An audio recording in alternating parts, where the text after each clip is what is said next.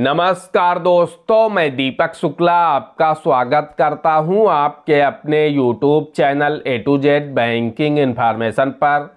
दोस्तों, आज के वीडियो में हम आपको इनकम टैक्स डिपार्टमेंट के कुछ न्यू रूल्स बताने वाले हैं, जो रूल्स आप लोगों से डायरेक्ट जुड़े हुए हैं, जिनकी वजह से ही ज़्यादातर लोगों को इनकम टैक्स डिपार्टमेंट का नोटिस आता है और उन्हीं रूल्स को ब्रेक करने की वजह से ज़्यादातर लोगों के ऊपर इनकम टैक्स डिपार्टमेंट पेनल्टी भी इम्पोज करता है।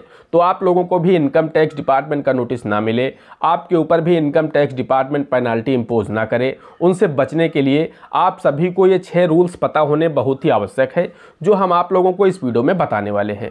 जैसे कि एक व्यक्ति अपने सेविंग अकाउंट में कितने पैसे रख सकता है, एक व्यक्ति कितने सेविंग अकाउंट ओपन करा सकता है, आप अपने घर में कितना कैश रख सकते हैं, आप अपने घर में कितना गोल्ड रख सकते हैं, आप प्रॉपर्टी सेल करते समय या फिर प्रॉपर्टी खरीदते समय या प्रॉपर्टी बेचते समय इन स्थितियों में आप कितना कैश ले सकते हैं। यानी जब आप रजिस्ट्री कराते हैं तो वहाँ पर आप मैक्सिमम कितना कैश ले सकते हैं, कितना कैश दे सकते हैं। साथ ही साथ आप अपने क्रेडिट कार्ड के बिल का भुगतान ऑनलाइन तरीके से एक फाइनेंशियल ईयर में यानी एक वित्त वर्ष में कितना कर सकते हैं और कैश के रूप में कितना कर सकते हैं। यानी एक पूरे फाइनेंशियल ईयर में आप अपने क्रेडिट कार्ड के बिल का भुगतान कितना आप ऑनलाइन तरीके से कर सकते हैं, कितना आप कैश की फॉर्म में कर सकते हैं, ताकि आपको इनकम टैक्स डिपार्टमेंट का नोटिस ना मिले। आज के इस वीडियो में हम आपको इन सभी 6 पॉइंट की विस्तार से जानकारी देने वाले हैं और ये सभी 6 पॉइंट आप लोगों से डायरेक्ट जुड़े हुए हैं। चाहे क्रेडिट कार्ड का भुगतान हो, आप लोग प्रति महीने करते हैं, ज़्यादातर लोगों ने क्रेडिट कार्ड ले रखा है।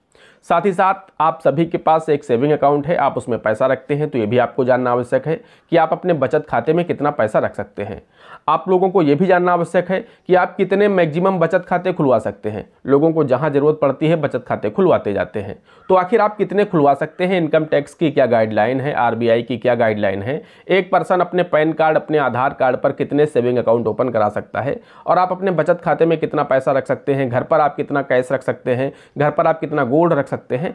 इन सभी चीज़ों की हम आपको बारीकी से और विस्तार से जानकारी देने वाले हैं। एक एक चीज़ आप लोगों की समझ में आ जाएगी। बस आप लोगों से एक छोटी सी रिक्वेस्ट है, वीडियो पसंद आए तो वीडियो को एक लाइक कर देना। चैनल पर नए हैं, पहली बार आए हैं, इसी तरह के वीडियो आगे भी देखना चाहते हैं तो हमारे इस channel A to Z banking information को सब्सक्राइब करके साथ में बेल आइकान को जरूर प्रेस कर लीजिएगा, ताकि जैसे हम इस तरह का कोई भी दूसरा वीडियो अपलोड करें तो उसका नोटिफिकेशन आपको सबसे पहले मिले। चलिए शुरू कर लेते हैं। दोस्तों, हम आपको बताना चाहते हैं कि आज के समय में बहुत ज़्यादा लोगों को इनकम टैक्स डिपार्टमेंट का नोटिस आने लगा है और जिसको इनकम टैक्स डिपार्टमेंट का नोटिस मिल जाता है वो बहुत अधिक परेशान हो जाता है। क्योंकि जो इनकम टैक्स डिपार्टमेंट के ऑफिसर्स होते हैं वो ऐसा नहीं होते हैं कि आप उन्हें कुछ भी समझा देंगे तो मान जाएंगे। वो बहुत ही स्ट्रिक्ट होते हैं और हर चीज़ का उन्हें प्रमाण चाहिए होता है। आप का कोई ऐसा ट्रांजैक्शन है जो फंस जाता है, जिसकी वो आपसे जानकारी मांग रहे हैं, तो आपको उन्हें पूरी तरह से सेटिस्फाई करना होगा, पूरा आपको क्लियरिफाई करना होगा। उन्हें आपको सारे प्रमाण, सारे एविडेंस उसके देने होंगे। जब वो पूरी तरह से सेटिस्फाई हो जाएंगे तभी आप वहां पर बच पाएंगे, अदरवाइज आपको इनकम टैक्स डिपार्टमेंट छोड़ेगा नहीं। आपके ऊपर 137% से लेकर के 300% तक की पेनाल्टी इम्पोज की जा सकती है। तो उन पेनाल्टीज से बचने के लिए आपको यह वीडियो शुरू से अंत तक जरूर देखना चाहिए, क्योंकि इस वीडियो में हम सभी 6 के 6 पॉइंट पर आपको विस्तार से जानकारी देने वाले हैं। क्या न्यू गाइडलाइंस हैं। दोस्तों, आप सभी को पता है कि फरवरी में जो बजट पेश किया गया था उसमें कई सारे रूल्स में सरकार ने कहा था कि हम 1 अक्टूबर 2024 से बदलाव करेंगे। यानी बहुत सारे जो रूल्स हैं वो 1 अक्टूबर 2024 से प्रभावी हो चुके हैं। तो अब आप लोगों के लिए क्या न्यू रूल्स निकल करके सामने आए हैं, इनकम टैक्स या CBDT के अनुसार क्या न्यू रूल्स बनाए गए हैं, उनकी जानकारी अब हम आपको दे देते हैं। दोस्तों, सबसे पहले जान लेते हैं कि आप अपने क्रेडिट कार्ड के बिल का भुगतान ऑनलाइन मोड के माध्यम से कितना कर सकते हैं और कैश के माध्यम से कितना कर सकते हैं एक फाइनेंशियल ईयर यानी एक वित्त वर्ष में, यानी 1 अप्रैल से 31 मार्च तक के लिए CBDT यानी इनकम टैक्स के अनुसार कितना अमाउंट निर्धारित किया गया है। तो दोस्तों, हम आपको बताना चाहते हैं कि एक फाइनेंशियल ईयर यानी एक वित्त वर्ष में आप मैक्सिमम ऑनलाइन मोड के माध्यम से 10 लाख रुपए तक का आप अपने क्रेडिट कार्ड के बिल का भुगतान कर सकते हैं, कोई भी समस्या नहीं है। वहीं अगर हम कैश की बात करें तो एक फाइनेंशियल ईयर में अगर आप 1 लाख रुपए से ज़्यादा कैश में अपने क्रेडिट कार्ड के बिल का भुगतान करते हैं, उस दशा में आपको इनकम टैक्स डिपार्टमेंट का नोटिस मिल सकता है। जी हाँ दोस्तों, यहाँ पर जो लिमिट है वो ऑनलाइन के लिए 10 लाख रखी गई है, कैश के लिए 1 लाख रखी गई है। एक वित्त वर्ष में अगर आप इस लिमिट को क्रॉस करते हैं तो आपको इनकम टैक्स डिपार्टमेंट का नोटिस मिल सकता है और आपके ऊपर income tax department penalty impose कर सकता है। अब हम बात कर लेते हैं दूसरे पॉइंट की। दोस्तों दूसरा पॉइंट ये है कि आप अपने घर में कितना पैसा रख सकते हैं।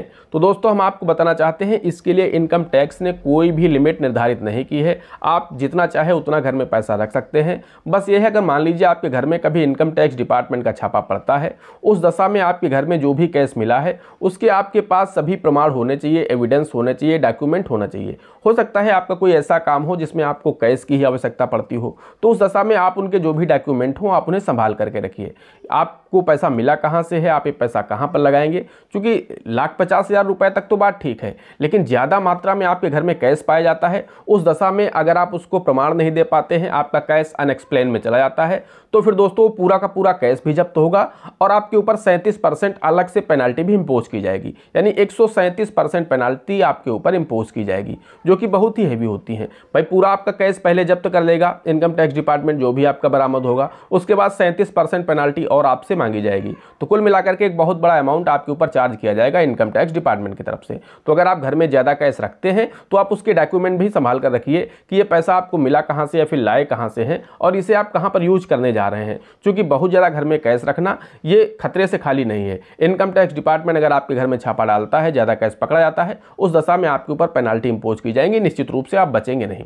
अब दोस्तों हम बात कर लेते हैं कि एक व्यक्ति कितने बचत खाते खुलवा सकता है। तो दोस्तों इसके लिए भी हम आपको बताना चाहते हैं कि इनकम टैक्स डिपार्टमेंट के द्वारा कोई भी लिमिट निर्धारित नहीं की गई है कि कितने बचत खाते आप खुलवा सकते हैं। मेरे बहुत सारे दोस्तों के कमेंट्स आते हैं कि सर मैंने 10 सेविंग अकाउंट खोल रखे हैं, इससे ज़्यादा खोल सकते हैं या नहीं खोल सकते हैं।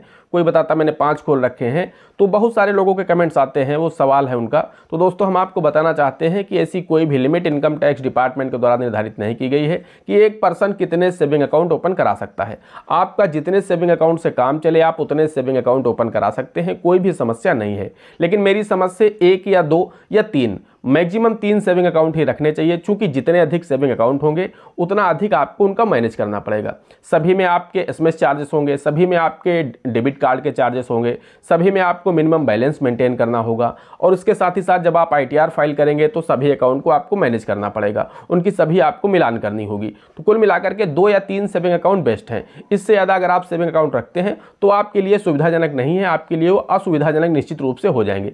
क्योंकि अगर आपका कोई भी एक सेविंग अकाउंट डॉर्मेंट पड़ा रहता है लंबे समय तक तो आपकी सिबिल को भी वो खराब करता है। अब अगर आपके पास 10 अकाउंट हैं और उनमें से आप सिर्फ 5 का उपयोग कर रहे हैं, 5 आपके सेविंग अकाउंट डॉर्मेंट पड़े हुए हैं, माइनस में बैलेंस जा रहा है, उस दशा में वो आपकी सिबिल को प्रभावित करेंगे, आपका सिबिल स्कोर लो जाएगा। तो इस चीज़ का आपको ध्यान रखना है। 2 या 3 सेविंग अकाउंट आपके लिए बेस्ट हैं, इससे ज़्यादा आप लोग मत रखिए। हालांकि इनकम टैक्स के द्वारा कोई भी लिमिट निर्धारित नहीं की गई है। आपके पास जितने सेविंग अकाउंट हो, आपका जितने सेविंग अकाउंट से काम चले, आप उतने सेविंग अकाउंट ओपन करा सकते हैं, कोई भी दिक्कत नहीं है।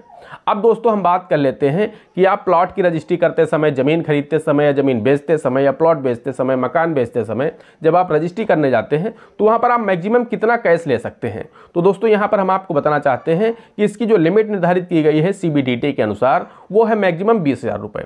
आपका चाहे प्लाट का अमाउंट कितना भी बड़ा हो, आप ज़मीन कितनी भी ज़्यादा बेच रहे हो, कितनी कम बेच रहे हो, लेकिन उसका जो मैक्सिमम अमाउंट है वो 20,000 रुपये रखा गया है। यानी टोकन मनी जिसे बयाना बोला जाता है, वो आप 20,000 रुपये तक ही कैश में ले सकते हैं। 20,000 रुपये से ज़्यादा अगर आप कैश लेते हैं, लेने वाला और देने वाला दोनों ही यहाँ पर अपराधी माने जाएंगे। दोनों को ऊपर यहाँ पर income tax department penalty impose कर सकता है, नोटिस सेंड कर सकता है।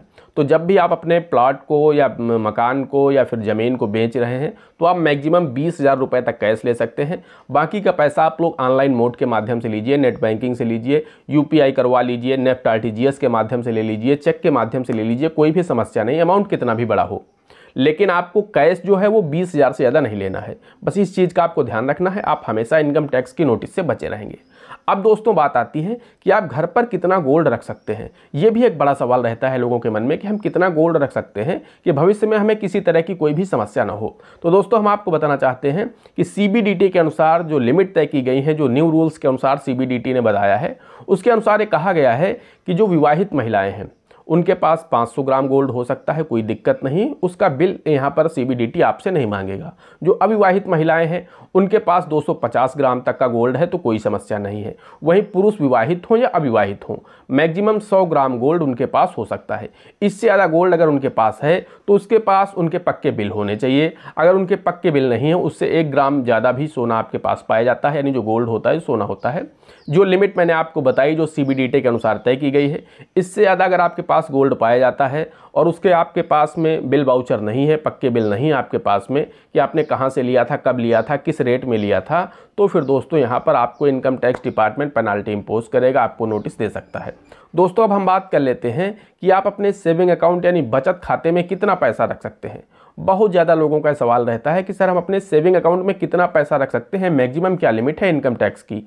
तो दोस्तों यहाँ पर हम आपको बताना चाहते हैं कि इनकम टैक्स डिपार्टमेंट के द्वारा इसकी कोई भी लिमिट जारी नहीं की गई है कि आप अपने सेविंग अकाउंट में कितना पैसा रख सकते हैं। आपका पैसा है, आपका सेविंग अकाउंट है, जितना मर्जी आप उसमें रख सकते हैं। बस इनकम टैक्स की जो गाइडलाइन है उनको आप लोग फॉलो करिए। इनकम टैक्स की गाइडलाइन क्या है कि एक फाइनेंशियल ईयर में आप मैक्सिमम कैश 10 लाख रुपए जमा कर सकते हैं, उससे ज़्यादा एक फाइनेंशियल ईयर में आप कैश जमा नहीं कर सकते अगर आप ITR फाइल नहीं करते हैं तब।